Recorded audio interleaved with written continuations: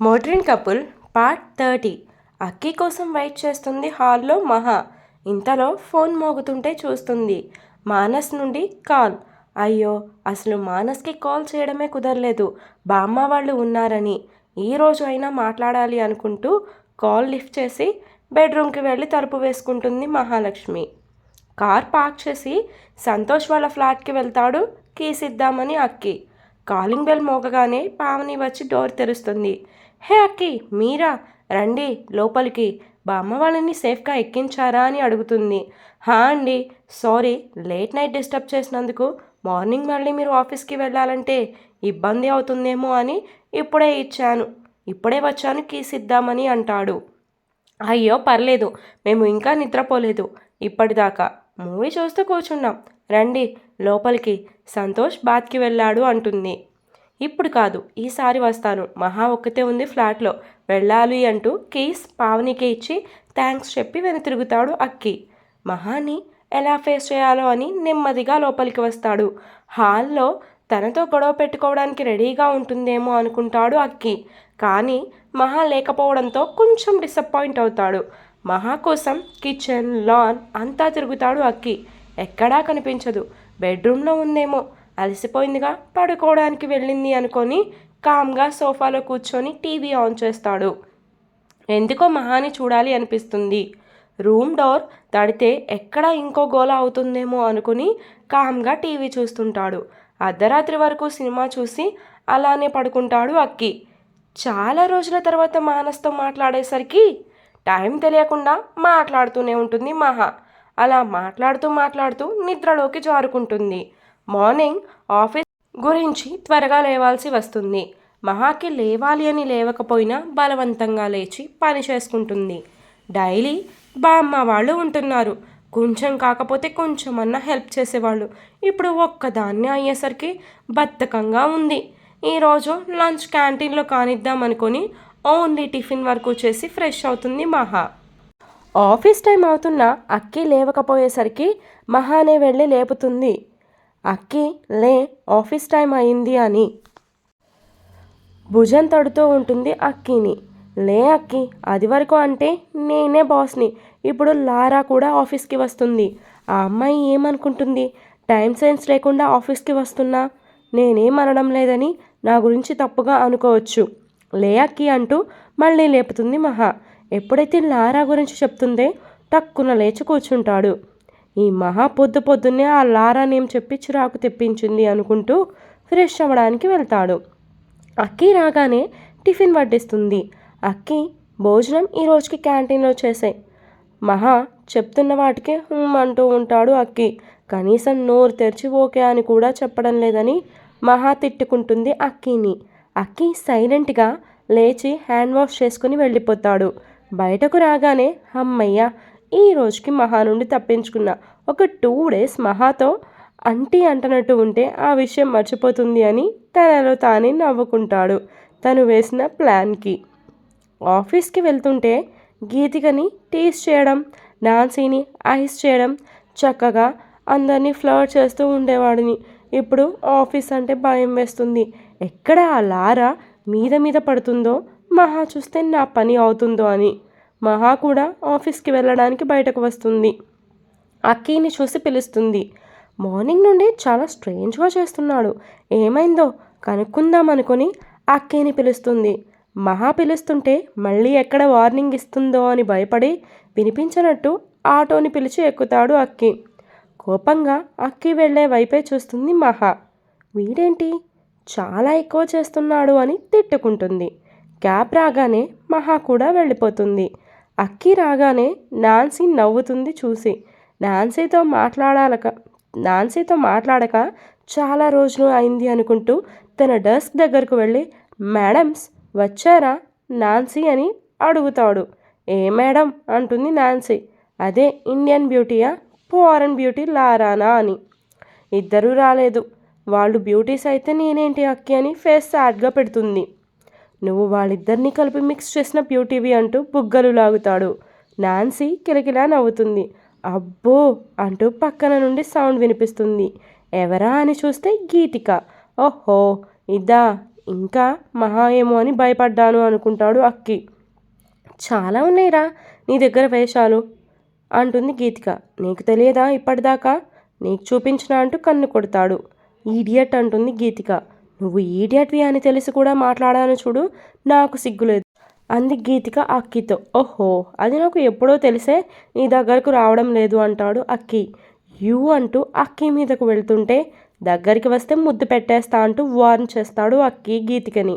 నిన్ను ఏం మాట్లాడుతున్నావురా అంటూ చెంప మీద కొట్టబోతుంటే ఆ చెయ్యిని పట్టుకొని ముద్దు పెట్టుకోకపోతుంటే లారా రావడం చూసి వదిలేసి సైలెంట్గా తన క్యూబికల్లోకి వెళ్ళిపోతాడు అక్కి. అక్కి ఎక్కడ ముద్దు పెట్టుకుంటాడో అని గుండెల మీద చెయ్యి వేసుకొని భయపడుతుంది గీతిక. కానీ అక్కి వదిలేసరికి ఊపిరి పీల్చుకుంటుంది. నాన్సీ కూడా షాక్ అయ్యి గడగడ వాటర్ తాగేస్తుంది. నాన్సీ దగ్గరకు వచ్చి ఈ విషయం ఎవరికీ చెప్పుకో అంటుంది గీతిక. అసలు ఇక్కడ ఏం జరిగింది అని చెప్పడానికి వెళ్ళండి మీరు త్వరగా లోపలికి, లారా మహా మేడమ్స్ వస్తున్నారు అని హెచ్చరిస్తుంది. తుర్రున లోపలికి వెళుతుంది గీతిక. మహా లారా రాగానే అందరూ విష్ చేస్తుంటారు. ఇద్దరు వర్క్ బిజీలో అయిపోతారు. లారా పని ఉంది అని చెప్పి లంచ్ టైంకి వెళ్ళిపోతుంది బయటకు. లారా వెళ్ళిపోయిందని తెలిసాక అక్కికి ఫ్రీడమ్ వచ్చినట్టు అనిపిస్తుంది. లంచ్కి క్యాంటీన్కి వెళ్తారు అందరూ. గీతిక మహా మాత్రం వర్క్ చేస్తుంటారు. 1/2 అవర్ అయితే కంప్లీట్ అవుతుంది, ఒకేసారి వెళ్ళొచ్చు అని. లారా లేదు, మహా కూడా క్యాంటీన్కి రాలేదు. అక్కి ఇంకా అమ్మాయిని ఫ్లర్ట్ చేస్తుంటాడు. మహా వాళ్ళు వర్క్ అవ్వగానే రావడం చూసి త్వరగా లంచ్ ఫినిష్ చేసుకుని తన వర్క్ ప్లేస్కి వెళ్ళిపోతాడు అక్కి. క్యాంటీన్లో ఎవరూ లేకపోయేసరికి ప్రశాంతంగా తింటుంటారు మహా గీతిక. చిన్న చిన్నగా మాటలు వినిపిస్తుంటాయి. చూస్తుంటే ఎవరో ఫైట్ చేసుకుంటున్నారు అనిపించి ఇద్దరు చుట్టూ చూస్తారు. ఒక మూలన ఇద్దరు గొడవ పడుతూ ఉంటారు. మహా ఆ అమ్మాయిని చూస్తే ఏదో గుర్తు వచ్చినట్టు అనిపిస్తుంది. మళ్ళీ గుర్తుకు రాకుండా ఉంటుంది ఏమైందో అని. ఇంతలో గీతిక మహా మేడం అని పిలుస్తుంది. చెప్పు గీతిక అంటుంది మహా. ఆ అమ్మాయిని గుర్తుపట్టారా మీరు? నాకు లాస్ట్ టైం చూసినట్టు ఉంది, గుర్తు రావడం లేదు అంది మహా. లాస్ట్ టైం వాళ్ళని మనం ఇక్కడే చూసాము, మీకు అప్పుడు చెప్పానుగా ఆమె గురించి, పెళ్ళి అయ్యాక ఎఫ్ఐఆర్ నడుపుతుంది అని ఆమె అంటుంది గీతిక మహాతో. మహాకి అప్పుడు గుర్తు వస్తుంది. హా గీతిక, ఆ అమ్మాయే కదా, ఏంటి వాళ్ళిద్దరూ గొడవ పడుతున్నారు? ఏమో, సైలెంట్గా ఉండండి, ఏమైనా వినిపిస్తుందేమో అంది గీతిక. ఇద్దరూ కాసేపు సైలెంట్గా ఉంటారు. మా ఆయనకి అనుమానం వచ్చింది, ఇప్పుడు ఏం చేద్దామని ఇద్దరూ పోట్లాడుకుంటూ ఉంటారు. గీతికకి మహాకి మ్యాటర్ అర్థమయ్యి ఇలాంటి వాళ్ళ గురించి ఎందుకులే అని పట్టించుకోకుండా తినేసి వెళ్ళిపోతారు. మహా వర్క్ చేస్తుంది అనే కానీ మాటి మాటికి క్యాంటీన్లో విన్న మాటలే గుర్తుకు వస్తాయి. ఆమెతో తనని అక్కిని పోల్చుకుంటుంది. చీ, అయినా దానికి నాకు సంబంధం లేదు అని తనను తాను సర్ది చెప్పుకుంటుంది మహా. ఎంత కాదు అనుకున్నా ఆలోచించకుండా ఉండలేకపోతుంది. చాలా కష్టపడి ఎప్పటికో మర్చిపోతుంది. ఆఫీస్ అవ్వగానే మళ్ళీ ఇంటికి వెళ్ళడం, డిన్నర్ చేయడం, మానస్తో కాల్ మాట్లాడి పడుకోవడం, అక్కి మహా రొటీన్ ఇలా జరుగుతూ ఉంటుంది. వెళ్ళడం రావడం, మధ్య మధ్యలో చిన్న చిన్న ఫైటింగ్స్. అలా వారం గడుస్తుంది. ఎప్పటిలానే మహా ఆఫీస్కి వెళ్తుంది. తను ఆఫీస్లోకి ఎంటర్ అవ్వగానే అక్కడ జరిగేది చూసి ఏం అర్థం అవ్వక ఆలోచిస్తుంది మహా. స్టాఫ్ అంతా ఒకే చోట గుంపుగా కూడి ఏదో చూస్తుంటారు. అందరూ ఒకే చోటికి చేరేసరికి మహాకి ఏం జరిగిందో అని ఏదో జరిగింది అని అర్థమయ్యి నెమ్మదిగా అడుగులు వేసుకుంటూ భయంగా అనిపించి ముందుకు వెళ్తుంది మహా. తప్పుకోండి అంటూ వెళ్తుంది. గీతికని హక్ చేసుకొని ఒక అమ్మాయి ఏడుస్తూ ఉంటుంది. ఎవరు తను, ఎందుకు ఏడుస్తుంది అనుకుంటూ ఆ అమ్మాయి భుజం చుట్టూ చేయి వేస్తుంది మహా. ఆ అమ్మాయి ఏడుస్తూ మహా వైపు చూస్తుంది. ఆ అమ్మాయి కదా క్యాంటీన్లో తన బాయ్ ఫ్రెండ్తో ప్రేమ వ్యవహారాలు చేస్తుంది, సంధ్య కదా అనుకుంది మహా. గీతిక వైపు చూసి ఏం జరిగింది అని అడుగుతుంది. సంధ్య గట్టిగా ఏడుస్తూ ఉంటుంది. చుట్టూ అందరూ సంధ్యను చూస్తుంటే మహా వాళ్ళందరినీ అరిచి వాళ్ళ పనులు చూసుకోమని చెప్తుంది. గీతికాని పక్కకు పిలిచి ఏం జరిగింది అని అడుగుతుంది మహా.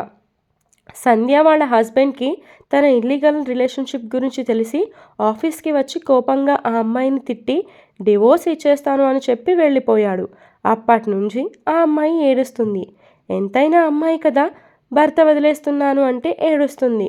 ఎందుకో పాపం అనిపించి ఓదారుస్తున్నాను మేడం అంది గీతిక.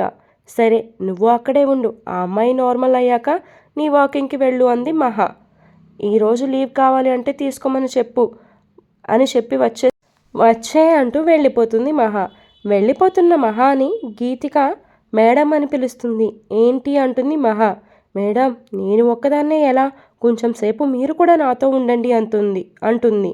లేదు గీతిక, వర్క్ ఉంది కదా అంటుంది పైకి. కానీ లోపల ఆ అమ్మాయి అంటే నచ్చక మహా వెళ్ళలేకపోతుంది వాళ్ళ దగ్గరకు. గీతిక ప్లీజింగ్గా అడిగేసరికి ఇంకా తప్పదు అని సంధ్య దగ్గరకు వెళ్తారు. సంధ్య ఏడుస్తూ ఉండడం చూసి అక్కి ఆమె ముందుకు వెళ్ళి ఏమైంది అని అడుగుతాడు. సంధ్య ఏడుస్తుంది తప్ప ఇంకేం చెప్పదు. మేడం మిమ్మల్ని చెప్పండి ఎందుకు ఏడుస్తున్నారు అని అడుగుతాడు. ఇప్పటికే ఆఫీస్లో అందరి ముందు తన పరువు పోయింది. తన భర్త ఆమెను కాదని వెళ్ళిపోవడం వలన అసహనంగా ఉంటుంది.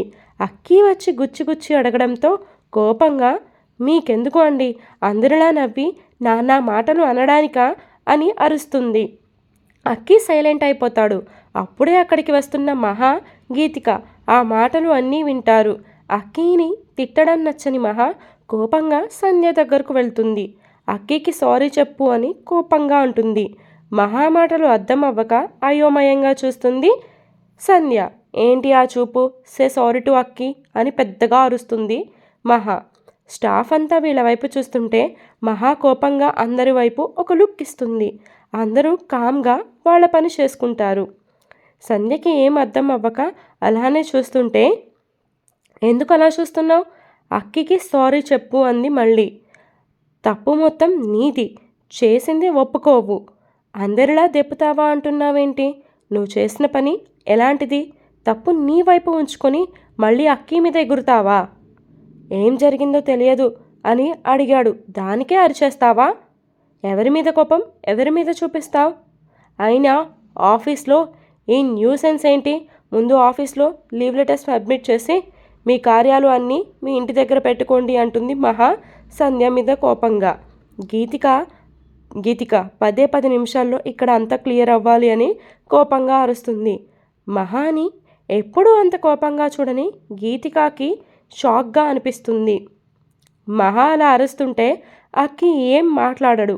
కానీ తన కోసం మహాని అన్నేసి మాటలు అనింది అని అర్థమయ్యి అక్కి వెంటనే మహా పక్కకు వెళ్ళి షోల్డర్ చుట్టూ చేయి వేసి, మహా కామ్ డౌన్, ఎందుకు అంత ఆవేశం, అది కాదు అక్కి, కోపం నీ మీద చూపిస్తే ఎలా, తప్పు అంతా తనది అయితే అందుకే అరిచేశాను అంటుంది. మహాకి అక్కికి మధ్య చొరవ ఉండడం వలన అక్కి మహాని కూల్ చేయాలని మాట్లాడుతూ ఉంటాడు.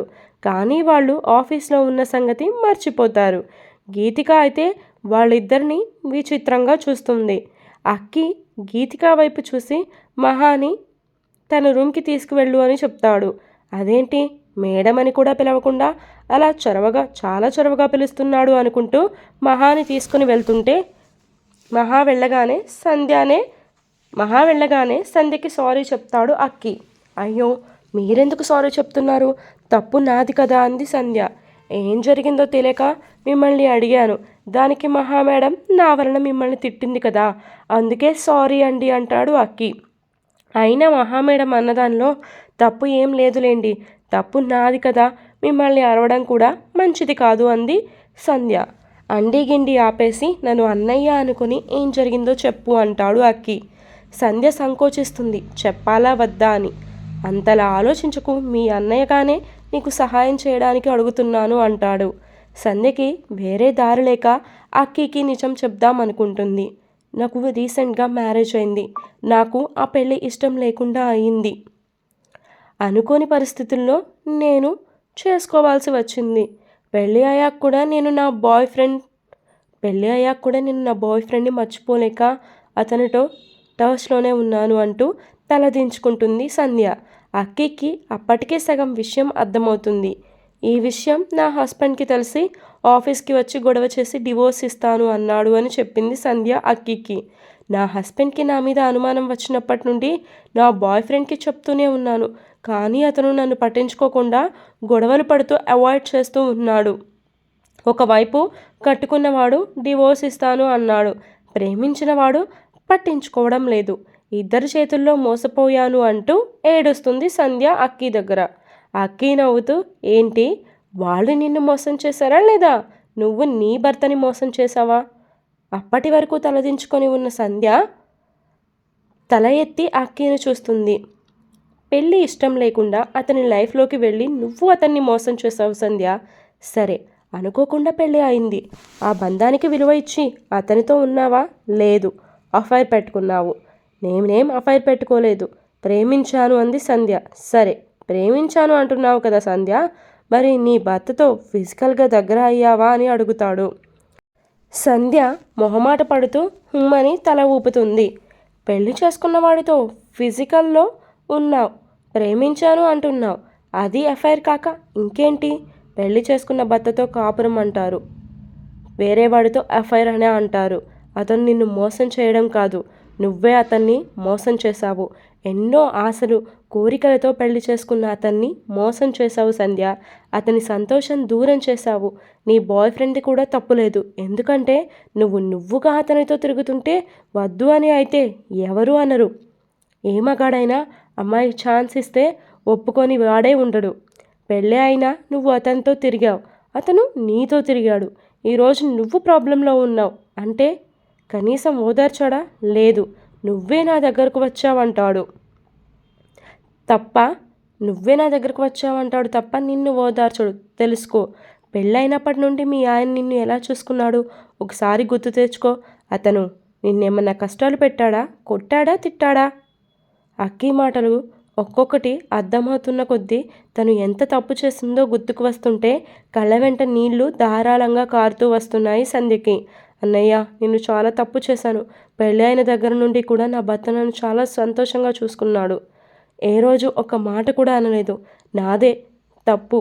పెళ్ళి అయ్యాక కూడా ఇలా నేను చేసిన పనికి నాకే సిగ్గుగా ఉంది అంటూ ఏడుస్తుంది. సంధ్య షోల్డర్ మీద చేయి వేసి భరోసా ఇస్తూ, నువ్వు మీ హస్బెండ్ని క్షమాపణ అడిగి చూడు, ఒప్పుకుంటే నీ అదృష్టం. ఇంత జరిగాక ఆయన నన్ను యాక్సెప్ట్ చేస్తాడా అంటుంది సంధ్య. అది అతని మనసుని బట్టి ఉంటుంది. నువ్వు ట్రై చేయి. నువ్వు క్షమాపణ చెప్పకుండా అయితే ఆలోచించలేడు కదా అంటాడు అక్కీ. అక్కీ చెయ్యి పట్టుకొని థ్యాంక్స్ బ్రో అంటూ ఏడుస్తుంది. నువ్వు నాకు హెల్ప్ చేసావు కానీ నేను నిన్ను తిట్టాను అంటూ ఏడుస్తుంది సంధ్య. మరేం పర్లేదు, నేను మహా మేడంని పర్మిషన్ అడిగి నిన్ను ఇంటి దగ్గర డ్రాప్ చేస్తాను అంటూ మహాకి చెప్తాడు. నేను సంధ్యని డ్రాప్ చేసి వస్తాను అని. సంధ్యని వాళ్ళ ఇంటి దగ్గరకు పంపి అక్కీ తన ఫ్లాట్కి వెళ్తాడు. ఆఫీస్కి వెళ్ళాలి అనిపించక అలా టీవీ చూస్తూ కూర్చుంటాడు అక్కీ. ఈవినింగ్ మహా రాగానే డోర్ తెరుస్తాడు. ఏంటి అక్కీ, మళ్ళీ ఆఫీస్కి రాలేదు అని అడుగుతుంది మహా. ఏమో, రావాలి అనిపించలేదు. సరే, నేను ఫ్రెష్ అయి వస్తాను, గ్రోసరీస్ తీసుకురా అంటుంది మహా. సరే అంటూ బయటకు వెళ్తాడు అక్కీ. కావలసినవన్నీ తెచ్చాక మహా కుక్ చేస్తుంది. ఇద్దరు డిన్నర్కి కూర్చుంటారు. మహా అక్కీ అని పిలుస్తుంది. చెప్పు మహా అన్నాడు అక్కీ. ఆ అమ్మాయి అన్ని మాటలు అన్నా కూడా నువ్వేం మాట్లాడలేదు అంటే ఆ అమ్మాయి నిర్వాకం తెలియకనేగా. తెలిసినా ఏమనను మహా, ఆ అమ్మాయి కోపంలో ఉంది అని మనం కూడా తిడితే ఎలా అంటూ చేయి కడుక్కుంటాడు. అక్కీ వెళ్ళిన వైపే చూస్తుంది మహా. ఎందుకు ఈరోజు కొత్తగా కనిపిస్తున్నావు అక్కీ అంటూ నవ్వుతుంది. ఈరోజు ఎపిసోడ్ ఇంతతో కంప్లీట్ అయిపోయిందండి. For more updates to follow me story continuous. ఎందుకు మనం అక్కీ బాబు మహాకి అంత కొత్తగా కనిపిస్తున్నాడు? ఇప్పుడు అక్కీ చెప్పిన సొల్యూషన్లో అక్కీ చెప్పిన సమాధానంలో ఎంతవరకు నిజం ఉందనుకుంటున్నారు మీరు? అండ్ నేను కూడా ఒక పబ్లిక్ మెసేజ్ ఇవ్వడానికి స్టోరీ అయితే స్టార్ట్ చేశాను. మీకు ఆల్రెడీ చెప్పాను కూడా, ఇది ఒక మెసేజ్ ఓరియంటెడ్ స్టోరీ. స్టార్టింగ్లో అలా ఉన్నా కూడా మీకు ఫ్యూచర్ ఎపిసోడ్స్లో తెలుస్తుంది నేను ఎందుకు ఈ స్టోరీ ఇలా రాశాను అనేదని. అండ్ స్టార్టింగ్ నుంచి ఇప్పటి వరకు స్టోరీని ఫాలో అయ్యే వాళ్ళైతే దాదాపుగా మీకు ఆల్రెడీ స్టోరీ అర్థమైపోయి ఉంటుంది. ఇంకొంచెం స్టోరీ ఇంకా ఉంది కాబట్టి, ఇంకెన్ని పార్ట్స్ ఉంది మనకి 30 కదా, ఇంకా 20 పార్ట్స్లో ఈ స్టోరీ అయితే ఎండ్ అయిపోతుందండి. ఇంకొక కొత్త స్టోరీ ఇద్దాం అనుకుంటున్నాను.